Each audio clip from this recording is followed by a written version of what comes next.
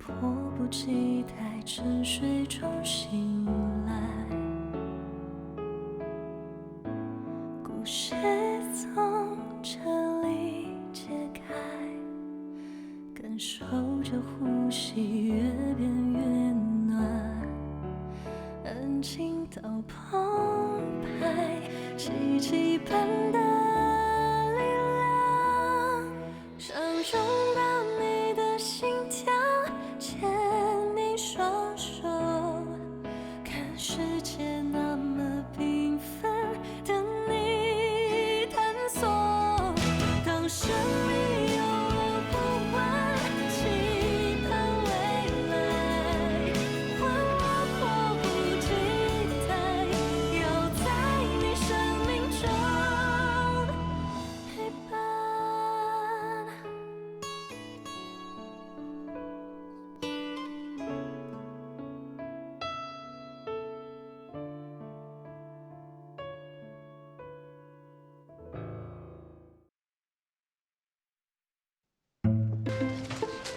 干嘛呀，护士长？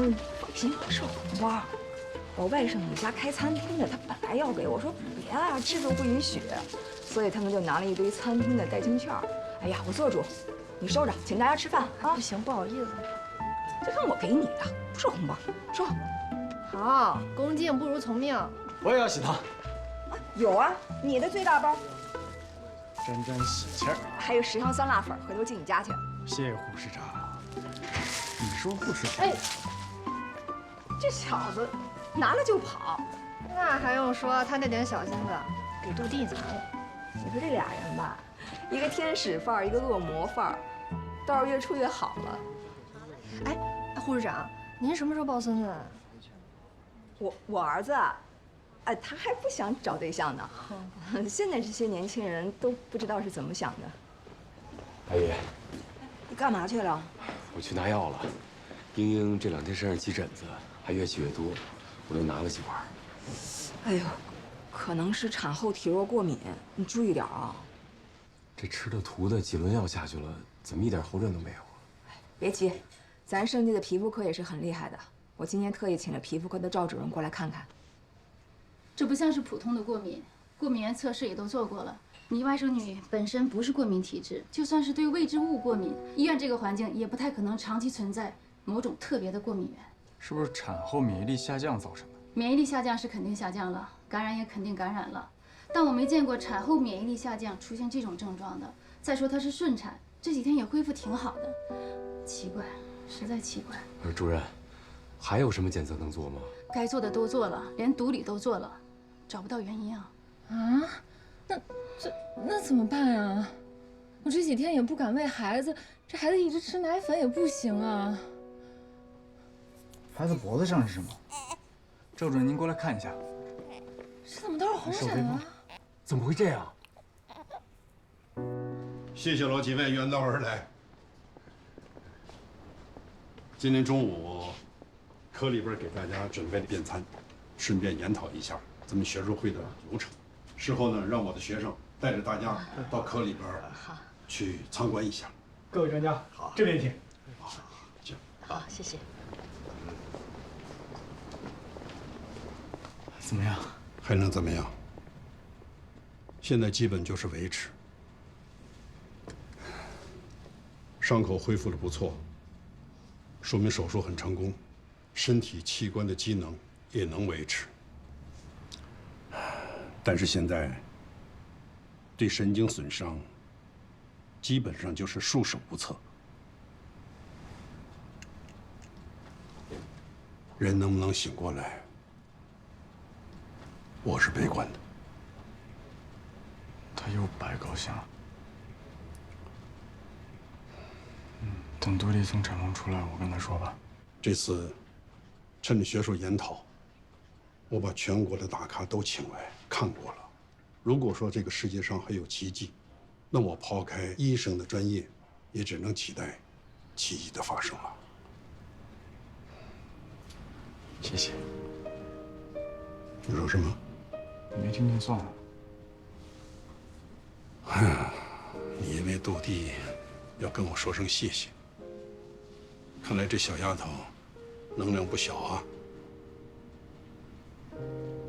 你是不是点名要他来着？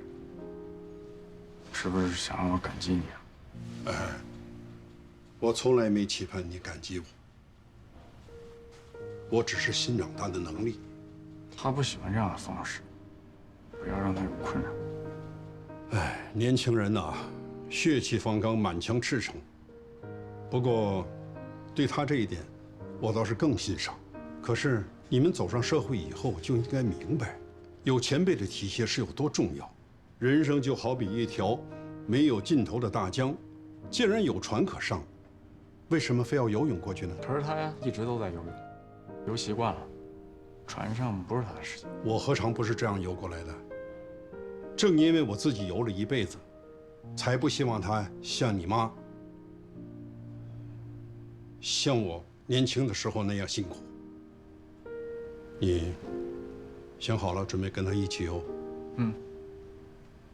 那既然决定了，你就要对人家女孩负责，做一个负责任的男子汉，照顾好女孩和她的家庭。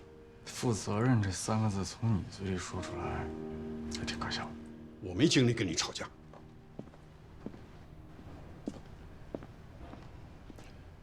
无规律的过敏，过敏源有可能是衣物的洗涤剂和佩戴的饰物，不要从患者身上找，查看一下他周边的东西。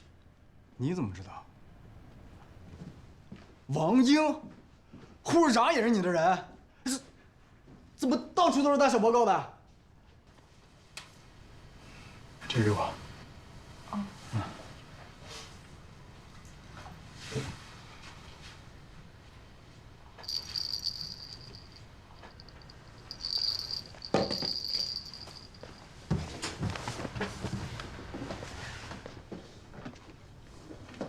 刘医生，不会是洗涤剂的问题吧？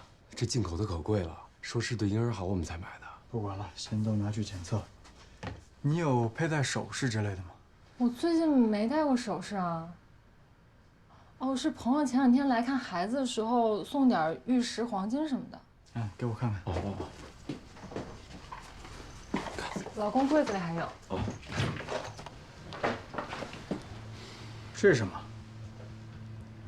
哦，这是我闺蜜送的，说叫母婴能量石，说能增加母子之间的能量，增强感情什么的。这么神奇？就是这单子这个昨天就给就这个。哎呀，这小白怎么还不回来呀？怪让人担心的。阿姨，你怎么今天打这么多嗝？紧张啊。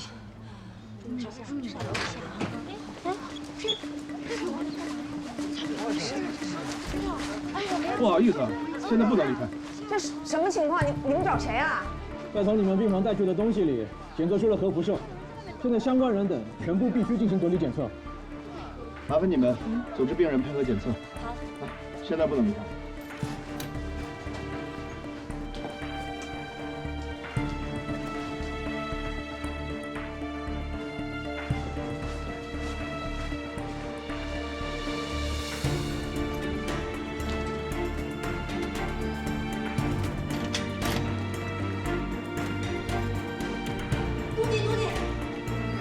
念白被隔离了，为什么？核辐射。开什么玩笑？哪来的核辐射？咱们不是有一个患者，他一直皮肤感染了，念白就拿着这个患者贴身的衣物和手术就送去检测了，结果经过医院的辐射检测点，报警器就响了。现在还不能确定相关密切接触者的核辐射的情况，所以全部隔离。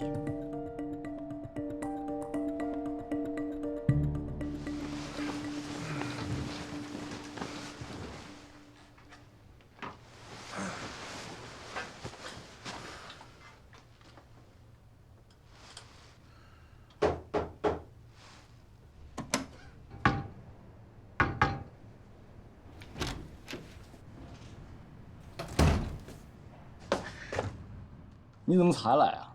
白天来过了，人太多了没挤过来。人是挺多的。我终于明白关在笼子里的猴子是什么感觉了。医院好多年都没有见过核辐射的病例，相关的、不相关的医生和领导都来了一遍，恨不得从我身上查出元素周期表来。还在那儿笑。查出是什么元素种类了吗？查出来了，辐射穿不过这块暗墙玻璃。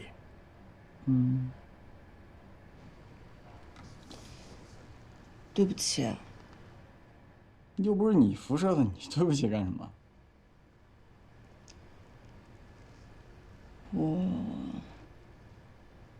你想说什么就说吧，放心，我很坚强的。我好像从来都没有以女朋友的身份对你好过。我其实也想问你，虽然感觉我们的关系好像越来越亲密了，但是你从来没有承认过你是我女朋友。其实一开始我觉得你是在开玩笑。如果说感情是一条路的话，那我觉得我面前的这边都是坎儿。你是随时可以回到国外实验室的高材生，是副院长的儿子，是年纪比我小的实习生，甚至也不是我一直喜欢的那种性格强悍、专业能力强大的那种人。原来有这么多问题吗？可能是以前的阴影太多了吧，就总觉得前面都是坎儿，每走一步就绊一下，绊着绊着就觉得有些累了。你是来跟我分手的吗？我是想跟你说，如果不是这一次你被隔离起来，我都不知道自己有多担心你，有多么害怕失去你。想到这些，就觉得那些坎全都消失了。所以你要好好的，等你出来，我就告诉所有人我是你女朋友。那你可不觉得后悔？我只后悔没有早一点认清我对你的感情。我好想抱抱你。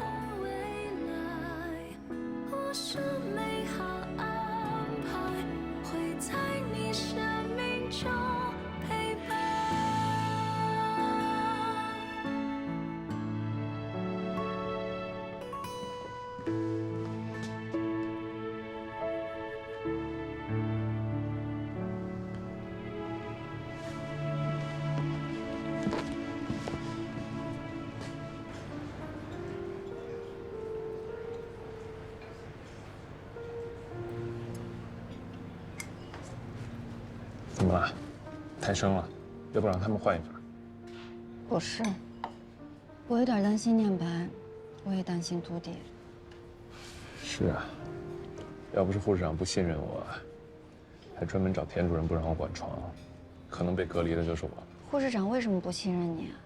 以前他碰到重要的患者，不都是偷偷去找你吗？怎么说你也是主治的级别啊？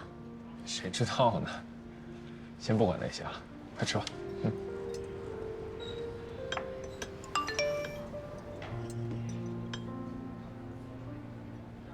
杜叔叔找我，他找你干什么？我问问啊。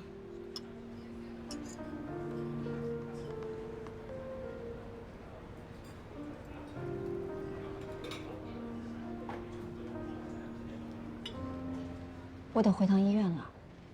今天不是林医生值班吗？以前都是念白给叔叔汇报阿姨的情况，这2天不是没发吗？叔叔找不到他了，情急之下就来找我来了。我得回医院看看，给叔叔报个平安去。杜迪，我们2个约会吃饭，从头到尾都是在聊他。这世界上所有人都在围着他转，他魅力可真够大的。这不是所有的事情都赶到一起了吗？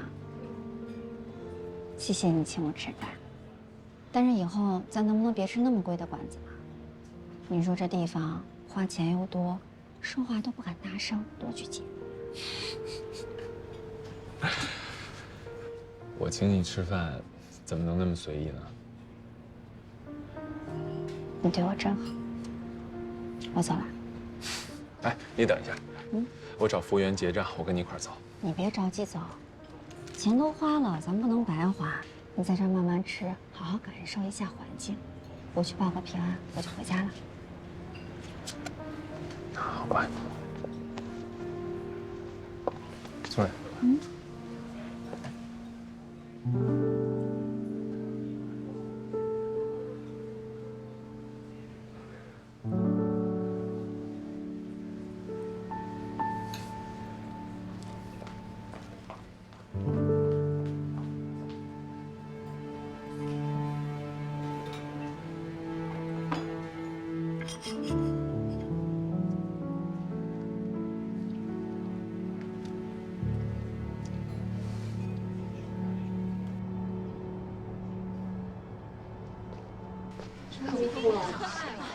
在隔离地方等消息也太吓人了。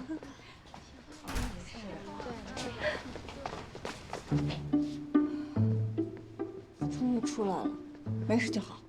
还好辐射源比较微弱，长期贴身接触的人才会有问题，不然恐怕是出不来了。年轻人，别看了，会长睁眼，赶紧回去吧。必须自拍纪念一下。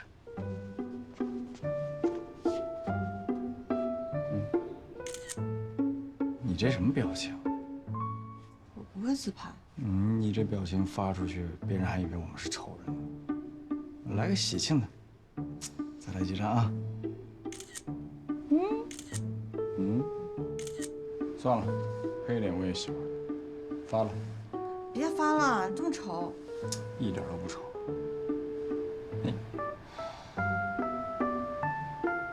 哎，你之前不是把你爸拉黑了吗？谁说我拉黑他？看来关系缓和了。就没这回事儿。哎，对了，魏魏哥怎么没来看我？他干什么去了？他最近心情特别不好，有一个宫颈癌的患者拒绝治疗，硬是要赌上性命生孩子。以前林医生一直很冷静，最近情绪特别的激动，一提到那个患者就暴跳如雷。他第二次面对这种事情，肯定是没有办法淡定的。第二次？他妻子冯科就是这么走的。还有这回事儿？这是他这辈子都过不去的阴影啊！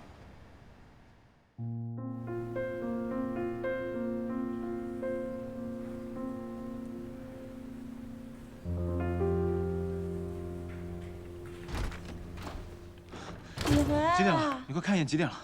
哎呀，12:05。啊，完了！我一路狂奔就是为了能在12点之前赶到家，还是过了。没事儿，过了5分钟就不是纪念日啦。再说了，今天呢要庆祝一个新的开始，咱们林大医生人生中第1台主刀手术完美成功。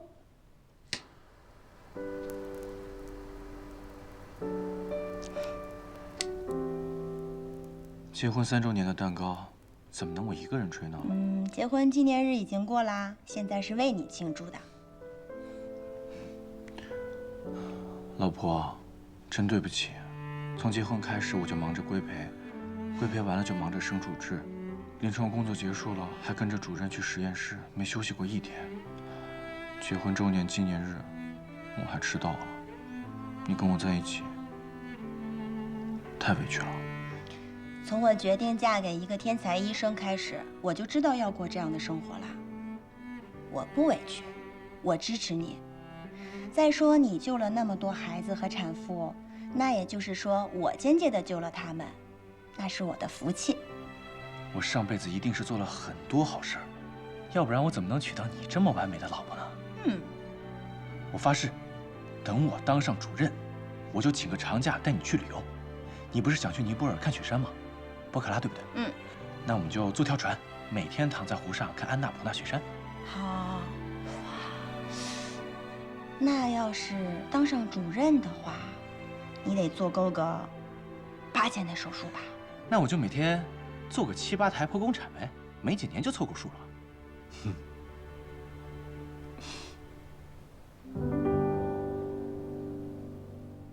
有请明星医院妇产科的刘主任，向我们介绍一下妊娠合并宫颈癌的最新治疗成果。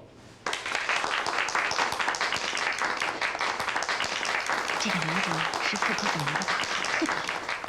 是吗？他比张主任还厉害吗？宫颈癌是张主任竞争院士的主要对手。你怎么什么都知道？发现的是早你比我跟个傻子一样。是在怀孕的你就是个手术傻子。中期还是后期？是选择保胎还是切除子宫？对于一个妇科肿瘤医生来说，面临着大量的选择和决策。什么时机做什么事儿，用什么药，都是非常非常重要的。我们先来跟大家分享一个年轻患者的案例。这个案例几乎集合了所有的因素。患者27岁，结婚3年一直没有怀孕，经查为卵巢多发囊肿，去年做过卵巢囊肿切除术后积极备孕，现怀孕16周加2，期间一直有出血的现象。患者以为是胎儿不稳或者是先兆性流产，所以做了大量的保胎措施。就在上个月才发现，不规则的阴道出血并非先兆流产，而是宫颈癌2A1期。对不起，刘主任，我想问您一下，他多发卵巢囊肿是单侧还是双侧？有多大？然后具体是用什么措施去摘除的？卵巢囊肿手术和宫颈癌没有关系。我就是想尽量的了解的清楚一些。年轻医生是吧？挺好学的。会议结束以后你来找我，我把所有的资料都传给你。谢刘主任。宫颈癌本身并不是致死率高的癌症，如果发现的早，存活率还是很高的。但患者怀孕心切，将一些症状误认为怀孕初期的流产症状，耽误了最佳的治疗时期。目前患者坚持不终止妊娠。数据我都发给你了。这个患者年轻是优势，也是劣势，我们的挑战很大。刘主任，患者是不是姓冯？叫冯科。啊，对呀，你怎么知道的？她是我妻子。不会那么巧吧？冯科出问题不在盛济看，去别的医院。我还在奇怪，这个患者为什么在盛济做了卵巢囊肿手术，却来明心治宫颈癌呢？他确实是叫冯科。我想，你们夫妻要好好商量一下这个事情。我是建议他终止妊娠，但是他坚决不同意的。我不能说继续妊娠就一定会失去生命，因为在治疗过程中还是要看情况的。但是他的癌细胞非常活跃，发展的也很快，有可能根据目前的医疗手段控制不住癌细胞的发展，所以终止妊娠，先治宫颈癌。他肿瘤已经侵入到子宫了，如果治疗效果不好的话，那就切除子宫。他不会同意的。我能理解作为家属很难说服他，但是你作为医生，应该很清楚你这个时候应该做什么样的选择。她因为卵巢囊肿一直没怀孕，已经很着急了。我们等这个孩子等了3年，她去年做的手术，手术康复的过程也比较辛苦，现在让她放弃孩子，还面临着以后不能再怀孕的可能。你知道最坏的结果是什么吗？最坏的结果？最坏的结果就是孩子还没长成，人就没了。李卫，你相信我，世界上所有的医生最大的痛苦就是医治不了自己心爱的人。留得青山在，不怕没柴烧。留一座不长树的青山，哪来的柴烧？我不接受。话不是这样说的，老婆，你不一定非要切除子宫的，还是要根据治疗情况一步一步来判断。哎呀，我就知道张主任肯定会让我终止的，我不答应。魏哥辛苦啊！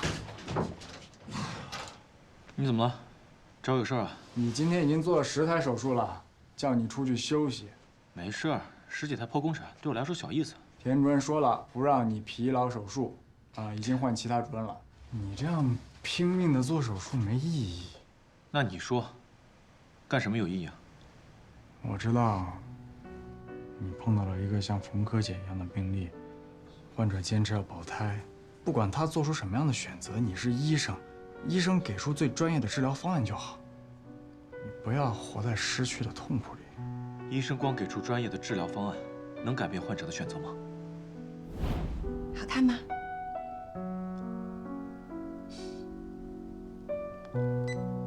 开始了。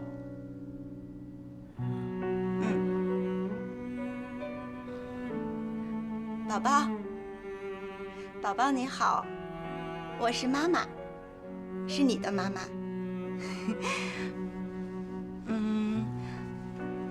妈妈现在还不知道你是男孩还是女孩，就先给你起一个小名，叫小幸运，你喜欢吗？小幸运，妈妈已经和癌症斗争2个月了。不对，应该是你陪着妈妈一起和癌症斗争2个月了。从有你开始，人生好像就进入了一场不知道结果会是怎样的战役。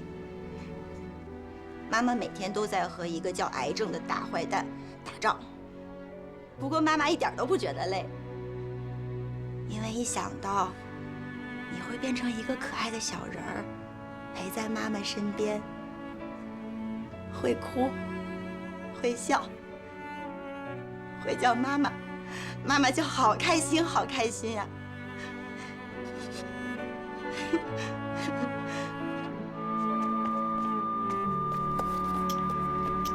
多巴胺肾上腺素快退。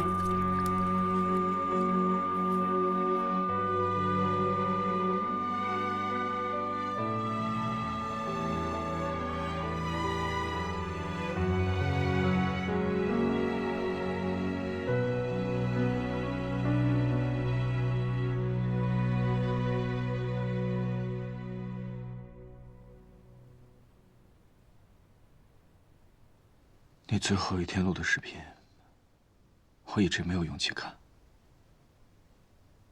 老婆，我就快做满8000台手术了。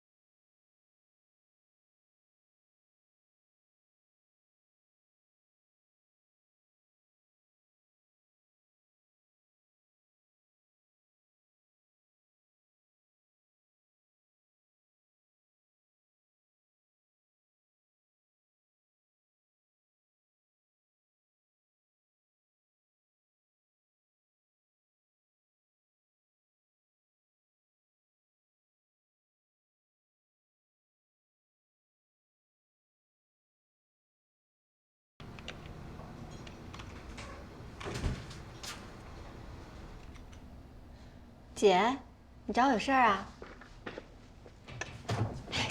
聪儿啊，我有个事儿想求你帮我个忙。有什么事儿尽管说呀。我这不是跟王大成要结婚了吗？就想做个检查。想做个婚前检查是吗？对对对，我之前结婚不是好几年了都没怀上吗？我就想赶紧查一查我到底能不能生。要是不能生，我就不结婚了，不要连累人家，对吧？不能怀孕的原因呢有很多种，有的时候不一定是女方的问题。现在呢，医学这么发达，可以通过治疗实现怀孕的。实在不行的话，还有试管。你先放宽心，我先帮你约着检查。现在能跟你这个弟妹说出心里话，可真是太好了。之前吧，姐对你结过婚这个事儿有点看法，是姐对不起你啊。快别这么说。俊霄吧，他虽然是个妇产科医生，但他毕竟是个男的，我自己有什么事儿跟他这个弟弟也说不出口。姐，以后有什么事儿啊，尽管跟我说。我说俊霄这小子，怎么福气那么好呢？找了你这么一个好姑娘。哎，对了，这个检查多少钱啊？我赶紧把钱打给你吧。啊，是这样的，我们医生呢每年都有免费的体检，今年我还没用呢，我让给你吧，不用钱。是不行不行，这我可不能占你便宜啊。这有什么呢？是真免费啊？真的免费。那我谢谢你了哈，我先去忙去了。去吧，约好了告诉你。哎。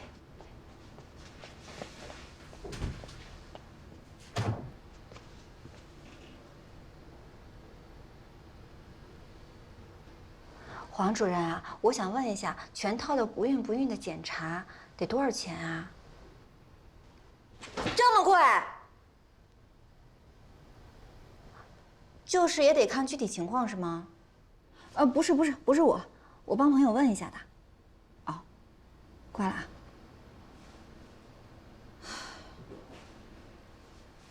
贵就贵吧，知道这么贵，他肯定就不检查了。以保胎的同时，最大限度抑制宫颈癌为目的，建议患者做妊娠期的 NACT。NACT 是什么呀？妊娠期的 NACT 为以铂类药物为基础，单用或联合其他化疗药物进行，一般每3周进行一次。那有效果吗？我想知道对孩子有没有影响。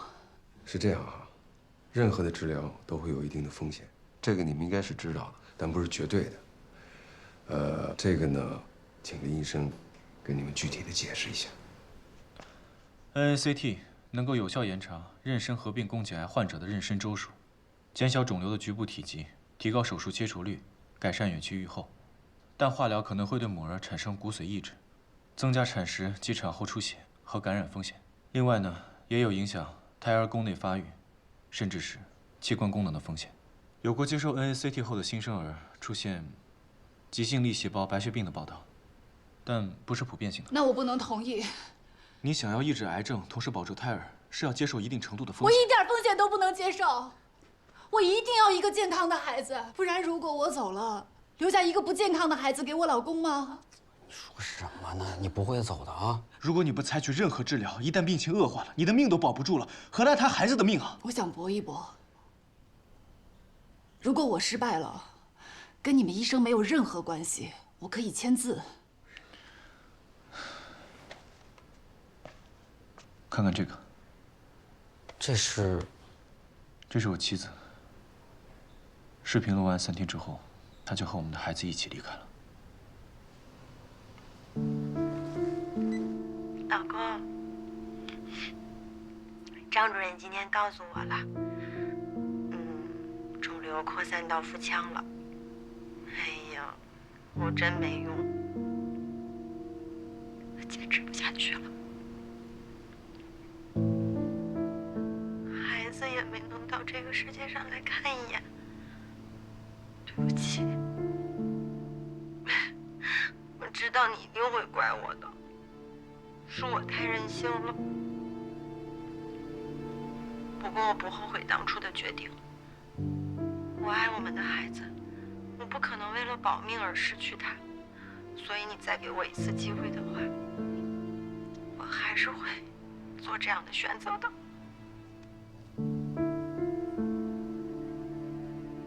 所以作为一个妊娠合并宫颈癌患者的家属，不，未亡人，我想请你们好好想一想，你们一定要拿一命换一命的决心去走钢索吗？一旦一脚踏空了另外一个人，怎么办？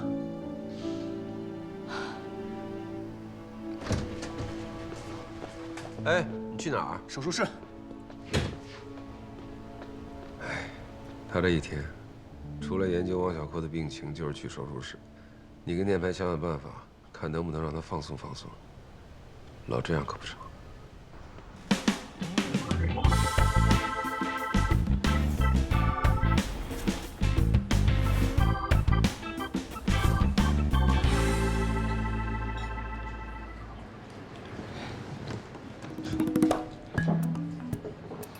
去厕所。我陪你去。男厕。我在门口等你呢。行了，我发誓我不走。我既然都被你们拖过来，那手术肯定是安排别人了，对吧？但是我就想安安静静的去放个水，还不行吗？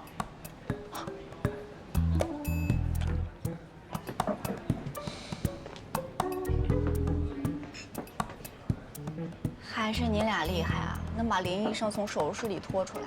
还是都迪厉害，都迪说的他要再不来就把他打晕了扛过来。这么暴力，小白医生那么温柔。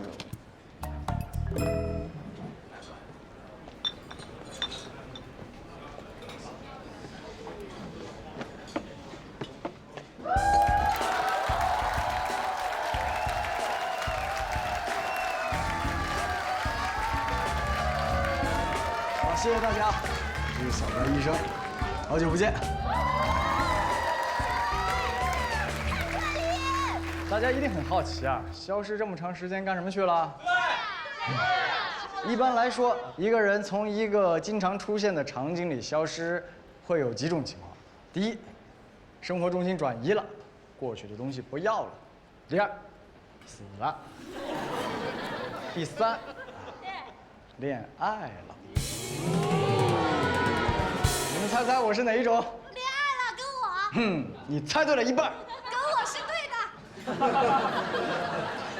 我恋爱了。今天我的女朋友也来了，就是那边那位穿绿毛衣的。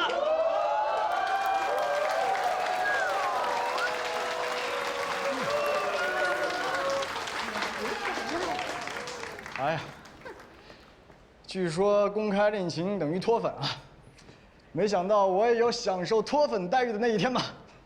不过让女朋友委屈换来其他女性的爱戴，这还算是男人吗？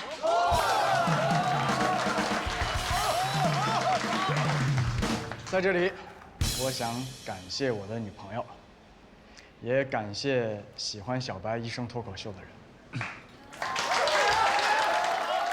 果然是小白，什么事儿都做。真爷们儿，都弟太浪漫了。就谈个恋爱，光公布就公布800遍了，有完没完了？这是傲娇。扶儿去。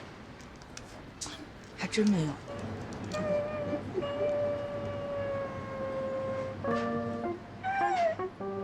不是你这是怎么了？你喜欢刘念白啊？不会吧？谁喜欢他？我以后再也不能听他的脱口秀了。你们别管我。谁管你？什么意思啊？他的脑洞是电钻钻的，你不懂，看演出吧。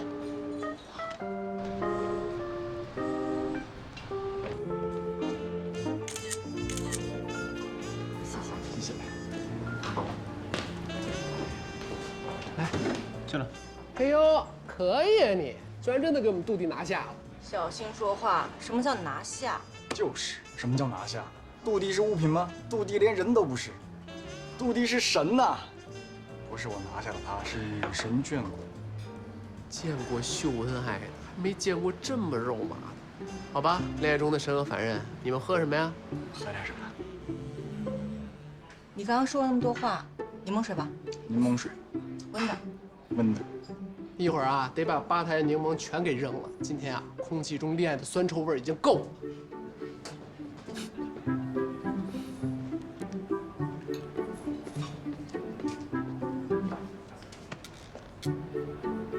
什么？你的姻缘手幅。从今天开始，我对你脱粉了。啊！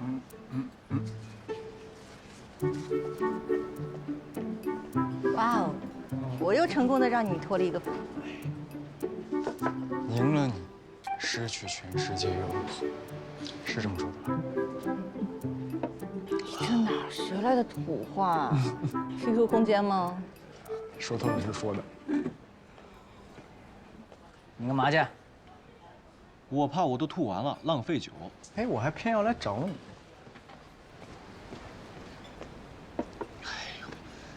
你找杜弟去，几个你这几个啊？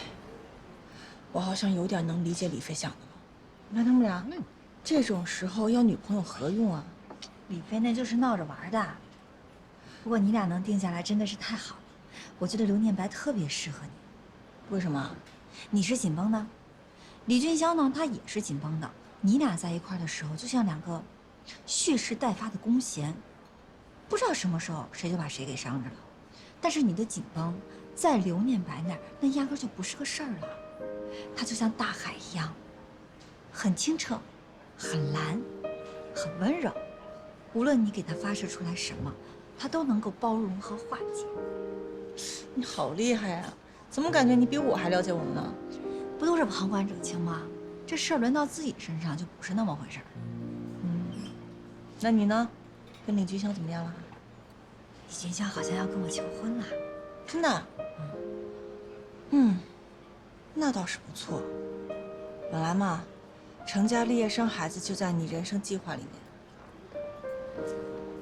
有时候想想，我对他的看法，可能是因为我的性格太过于敏感了。有时候要是我不那么介意的话，他的有些观点，其实也不是那么难让人接受的。反而，是你跟他比较合适。你那么温柔，希望你可以让他放松下来，让他放下出人头地的执念，然后跟你好好过幸福的小日子。我觉得我们应该会幸福的吧？肯定会的。不过，要是他做出什么对不起你的事情，我肯定不会放过他。那当然了，到时候我会求你帮我揍他，他不过我。